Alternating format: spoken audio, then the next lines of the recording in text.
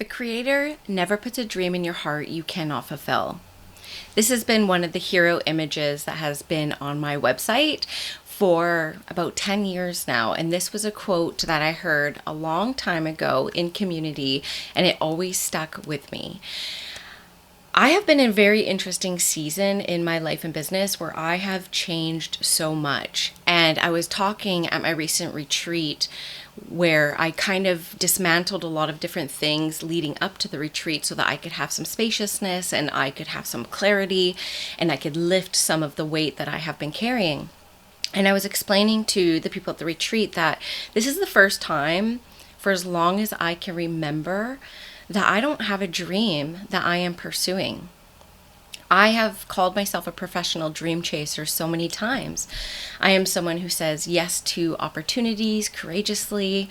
My life has been a joyous surprise. I often say that my life met and exceeded all expectations a long time ago, and everything that I have right now is just bonus on top. And that is the truth. That is how I feel about my life. But it's always tricky when you don't have a dream to pursue or a dream to chase. I was explaining to some of my retreat guests as well that I'm also playing with the idea that maybe I have enough. Maybe I know what enough is now. So I've been in this season of what's next? What do I want to dream up next? I've built so much over the past 10 years, and I know what that scaling journey's like. I know what that brings. I know what you carry. I know what I want to carry in comparison to what that is. And it's been a really interesting season. So I was in New Zealand for all of February. I went for a month with my family to enjoy a bit of summer there. And I've had it brought up to my attention more than a few times that I should be speaking in front of groups about my life, about my teachings. And I do speak a lot to my membership and like within my programs. And, historically with the podcast, it's going to be 10 years old next year. I've had to slow down the past couple years because of the building that I just talked about and all that kind of took from me for time, energy, capacity, and resources. And I started kind of playing with the idea, going from having debilitating stage fright to where I am today. Could I potentially stand on a stage and speak? I was curious about it. Could this be a possible dream? I had friends who do this and they absolutely love it. I'm thinking of my dear friend Asha Frost, who this is her favorite work to do, is to go speak on stages, be in front of a group, share her medicine, share her wisdom. And for me, it's really easy behind a podcast. Doing the IRL was a bit different. So I started thinking about that when I was in New Zealand and how algorithms tend to work and phones are always listening. Sure enough, on my Facebook feed, there was a post for a call out for workshop hosts and keynote speakers at a local Squamish youth summit. So this is a signier sign. I'm like, I just started thinking about this yesterday, and then all of a sudden this opportunity comes up. So I did pitch a keynote and I did pitch a workshop, and my keynote was titled The Myth of Having It All Figured Out, Stories of a Life Well Lived. And it got picked as the closing keynote address. I couldn't even believe it. And so I had to start thinking, okay, I have 40 minutes now on the front of a stage in front of, youth that are about to graduate or are going or have just recently graduated. And that was really cool, having people who graduated in the last few years come so that they could share their wisdom of the first few years out of school. And so as I'm going through New Zealand and spending my time there, in the next few months, the stories start to come into my mind. And the first thing I heard when I started preparing my lecture for these youth was, the Creator never puts a dream in your heart you cannot fulfill. And I remembered my first dream when I was in high school was to be a teacher. It's actually all I really wanted to be, other than hair. There was a time I really wanted to do hair. My family really wanted me to go into nursing like my grandmother.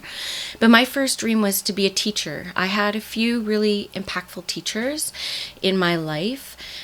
One who I consider saved my life, and I'm trying to find him right now. I actually had a clue last night on TikTok, just last night, because the town I went to school in, the high school closed down quite some time ago, but there's a guy that does deep dives on Richmond, BC, and I said, can you help me find my old high school gym teacher? He saved my life, and it was a really touching moment. And he said that he would help me. And somebody in the comments said, I know who he is. He was my gym teacher as well at a different school. So I'm on the hunt to find this teacher. But I had a few really impactful teachers in high school. And I knew I wanted to be a teacher. So as school was nearing its end, and I started looking at some college paperwork, university paperwork. I was 17 years old when I graduated. I just could not figure out this paperwork. I didn't know I could ask people for help. It didn't even come to my awareness to ask a parent or some of the families I was babysitting for. And I know that now that they would have been willing to help, but it didn't even occur to me to ask. So I ended up just sticking with what I knew how to do, which was babysit and watch kids. I'd been doing that since grade 6, grade 5, walking kids home, picking up diapers for families, helping single moms out where I can. And that's how I always made a lot of my money. So I just babysat for the same family for a long time. I'm still in touch with them today. I named my daughter after one of their kids. And that kid actually went on to be a teacher, which is really cool as well. So that summer after high school, they gave me some more hours. One of the dads came home one day and told me that one of his clients opened up a gym and they were looking for a provider to come work in their gym. So 17 years old, baby graduate, I go to this really bougie gym in Richmond, BC, and I'm babysitting in this daycare, which is basically just playing Super Nintendo for these kids. And I wasn't there that long. It was before the end of summer, I had one of the dads approach me. And he said, my wife really likes you and she wants me to offer you a job at my company. And I said, oh, what does your company do? And he explained to me that he developed software for major sports companies. So he developed the Fingerworks for the NBA, the line of scrimmage software for NFL, telemetry systems for race cars. And I explained to him that I had very little experience with computers. This was 2000. So outside of Counter-Strike and playing Counter-Strike on PC, I really had no computer experience. And he told me that he would teach me everything I needed to know. So I took a leap. I followed him. His name was Kanaya. He was a great mentor. And I remember my first day, he put down an HTML book and he said, make me a website. And I made a Donald Brashear fan site, who was a hockey player for the Canucks back in 2000, 2001. And it was really a great experience. I fell in love with the sport, motorsports. I fell in love with Champ Car, IndyCar, open wheel, and I ended up working for him under various roles in multimedia when it came to different race cars. I got to travel with the series a little bit. He used to take me to awards banquets. It was a really great experience as a young kid, and I stayed with him till I was about 23. And he taught me so much, and it was a really big teaching for me looking back that you just never know who's watching you. You never know who you'll meet or who you might impress just being yourself. And that's all I could say he saw in me. His wife just saw me being myself. She saw something in me I didn't see in myself, and I got this incredible opportunity. So a few years later, I ended up in Squamish, and I was Googling a race to go to because I had missed so much the motorsports. And I saw that there was a local race car company here in town, Subaru Rally Team Canada. So I literally walked in off the street and just asked them what they did, explained to them my background with websites and programming and, race cars, and they hired me on the spot. And I ended up leaving my job in the music industry at SoCan, which was a very short little career stint for me of 2 years. And I ended up working for this race car team in Squamish for 5 seasons. And we won all championships every year. I got to travel with this team. I met my husband there.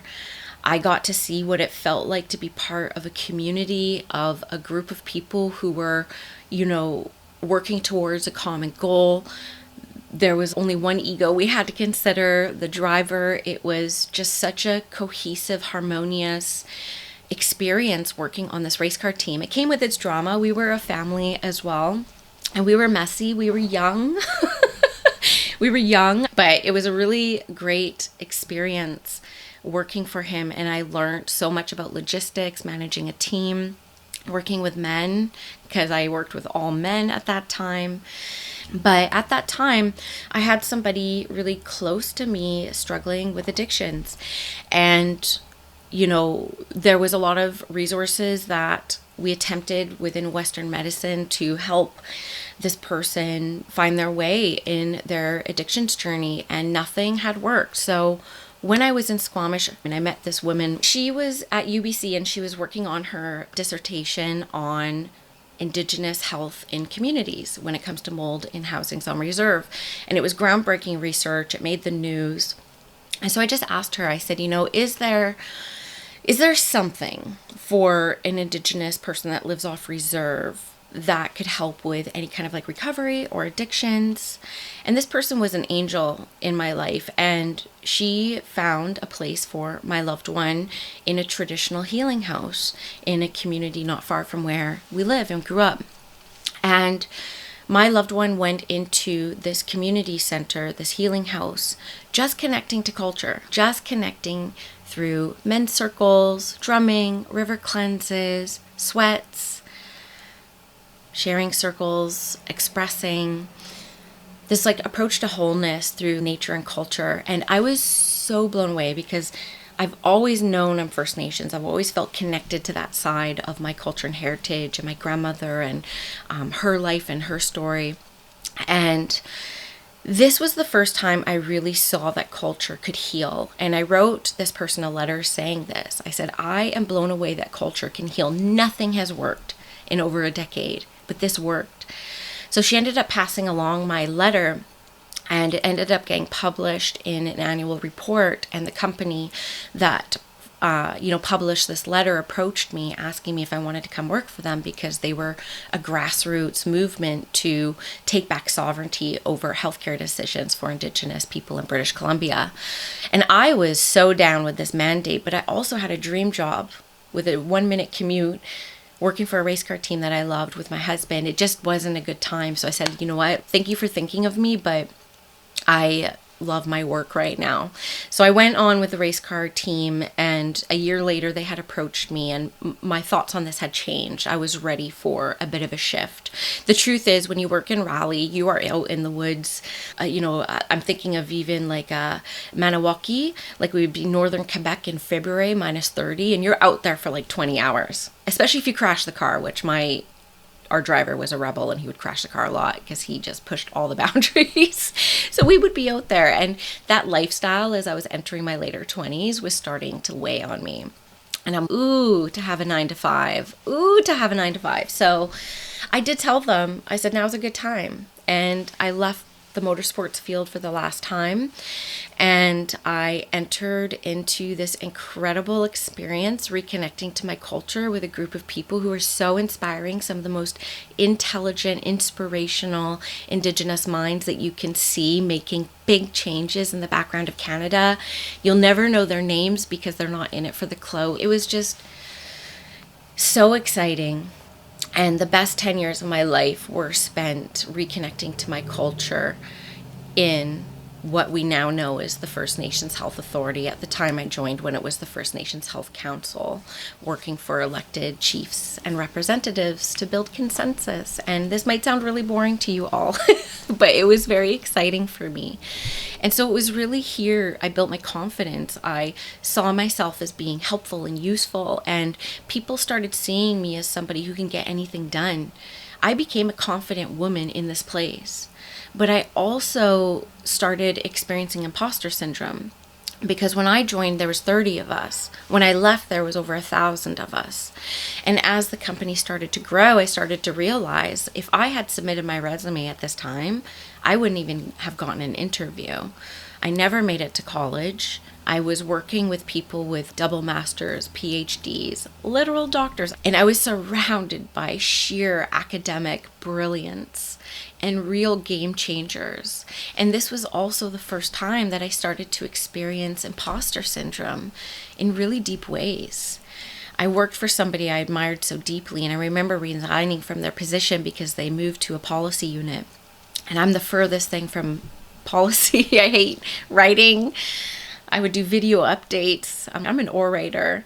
And I quit, and she said, why are you leaving? Why are you leaving this position? And I said to her, you need someone really smart here. You need someone who loves to write, who understands governance at a much deeper level. I never even heard the word governance before I worked here. And she really sat me down, and she had a way of just really cutting through in a very balanced and measured way. And she just said, maybe not every thought you have is true. And that was really big for me. I ended up starting to challenge all the different thoughts that came up. One time they announced, and I was in this meeting, that they were doing like a provincial health initiative. And before my boss got off the stage, I knew who I wanted on the team. I knew how much money we would need. I knew how long it would take, how we would get it done. And I didn't know what I was accessing was claircognizance, but this knowing stepped in and created what was known at the beginning, the Beefy Chief Challenge. And it wasn't just me. I don't want to say it was just me. There was a group of us, a cohort, a lot of guidance.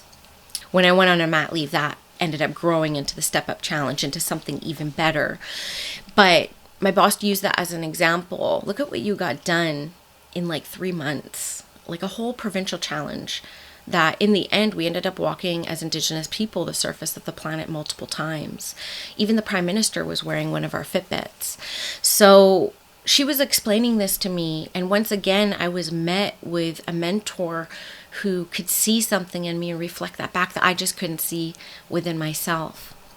So I also learned how to heal here. I also became a mom here, a woman here. And, you know, through that journey of becoming a mom, I became a medium. And it was during my first maternity leave, 4 years into my career in the First Nations health field, that I experienced spirit, and I experienced meditation, and I experienced a peace and love, which could be attributed to my daughter, as well as me opening up to the spirit world. And this became my first passion. I started to recognize this is a passion. Yes, I could say calling, that sounds a little bit grandiose, but a passion. And this passion became so much to me. I started my podcast in 2018. I started sharing myself. And at the same time, the company asked me to be a spokesperson for Respecting Tobacco, because I successfully quit colonized tobacco and started growing my own medicine tobacco as a way to restore balance with the medicine. I've shared that story a few times on my podcast. And podcasting became quite a big thing for me because I started sharing my voice. I healed my, my stage fright through podcasting. And so I knew as 2019 was wrapping around and my wait list for readings became quite large, that I really wanted to pursue this passion of mediumship and spirituality. And, you know, this podcast started to become quite large, and I did end up taking a leap in leaving my career in the health field because I started to feel like I wasn't honoring myself. I started to feel for the first time like a what do they call it? Fragmentation inside of me. It's like I wasn't living in integrity, right? Integrity is very much an inner world experience. And, you know, Caroline Mace would call this honoring the inner prostitute. It's like, am I there for the golden handcuffs, the pension plan? They had a legacy plan for me. I was about to go get my master's degree. And I just put it all on red, and I took a leap, and I said, give me 6 months to my husband. Let me just see what this is. And I took the leap, went full time. The pandemic happened right after. 3 weeks after I left my job in health, the pandemic happened. And I'd never taught online. I didn't even know you could learn online. And my podcast listeners started asking me to put together online classes. And that was the birth of Spirit School, the online school, which we celebrated 6 years this year. And, you know, I really started flourishing in this full-time career, and I became known more as a teacher than even a medium. And so I find myself now in the year 2026, 26 years after my original dream of becoming a teacher, and I am a teacher. The Creator never puts a dream in your heart you cannot fulfill. And yes, I might be a teacher that is unconventional and maybe not, you know, more or less accepted by outer society, but that original dream ended up taking fruition. And I could tell you as somebody, and I hate using the word manifestation because it feels so cheap now and it feels so privileged, but I would call it more creation. We are all creators. And I know that now I have this 2-year creation cycle. And when I have a dream, I can really create it. So at times when I find myself unsure of what my next dream is. What am I pursuing? What am I passionate about? Where's my next point of intrigue? Where's this next passion kind of like kicking in for me? I'm always mindful of my creation process and the fact that we are all strong creators on earth. And I bet you could reflect back on your life and different things that you've declared for yourself and different dreams that you would have had. And they did come true, for better or worse. So I'm always very careful about the dreams and trying to be not, waiting for the shoe to drop or reminding myself of the things that didn't come to fruition, because I know I can create that as well. But this story that I wanted to share to the youth was about an uncommon life, stories of a life well lived, and the myth of having it all figured out, that there is no one linear way to chase a dream, that you do end up where you are meant to be. And the Creator never puts a dream in your heart you cannot fulfill. And that was very much true for me. And the fun thing about putting together this lecture was I got the first sentence, and I didn't realize that it would also be the last sentence. And I didn't realize until I started writing my speech out that I am a teacher. So it was such a healing experience for me. I think it was a powerful experience for them. They had wonderful questions for me after. I did end up putting my lecture on my blog. I'll link it in the show notes below if you do want to read it. I more or less spoke it here out loud. But I love looking at my life and all the little roads I took. And that's one of the things that Spirit told me, and I told the youth as well. There was a time where I was so painstaking with making the right decision that Spirit said to me, there is no right decision. You will get to where you need to be, but when you get there, the choices that you make determine the stories you will carry in your heart. So therefore, life is just about making good stories. So sometimes you got to make a choice that leads you to a good story. I love the TikTok comment, I'm doing it for the plot. And that's exactly how I see my life. I'm doing it for the plot. So I wanted to share this with you today. And, I still don't know what I'm dreaming up next, but I did tell Spirit, because as I closed some chapters in my own business and, made some big drastic changes within my own life, truly my life is unrecognizable to a year ago. And it's going to be an unrecognizable year from today, I can assure you. I really hope that, the dreams can come unlocked. But I told Spirit as I laid my tobacco, I'm open to this season being one of surprises. I'm open to that. And that to me shows how much I may have spiritually matured through my sense of control I felt like I've needed in this time, or this pressure to make all the right decisions. I'm in a space now where I say, Spirit, surprise me. Surprise me where we go next. I even had a prayer, take me as high and far as we can go. And I continue to pray for the courage to say yes to the opportunities that come my way. And that's my prayer for you as well. So today I wanted to share my favorite poem. As you know, I'm going through reading poems from my culture, and this book is called The Wishing Bone Cycle, Narrative Poems from Swampy Cree Indians, gathered and translated by Howard A. Norman.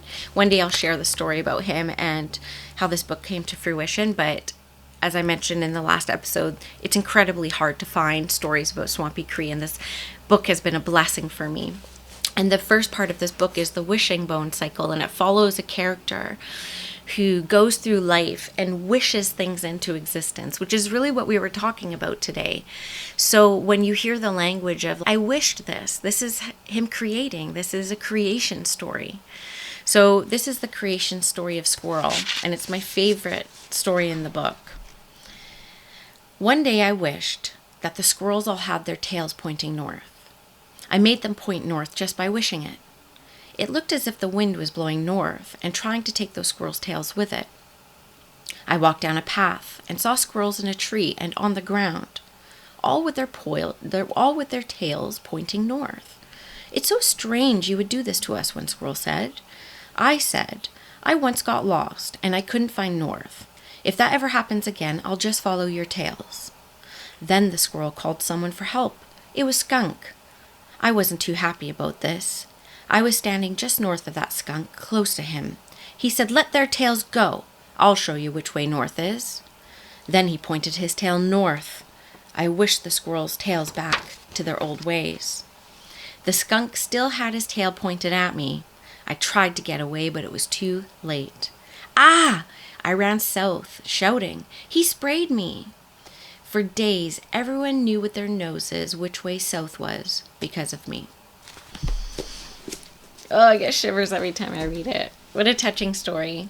I wish you well, friends, on your own wishing journey between now and the next time we meet.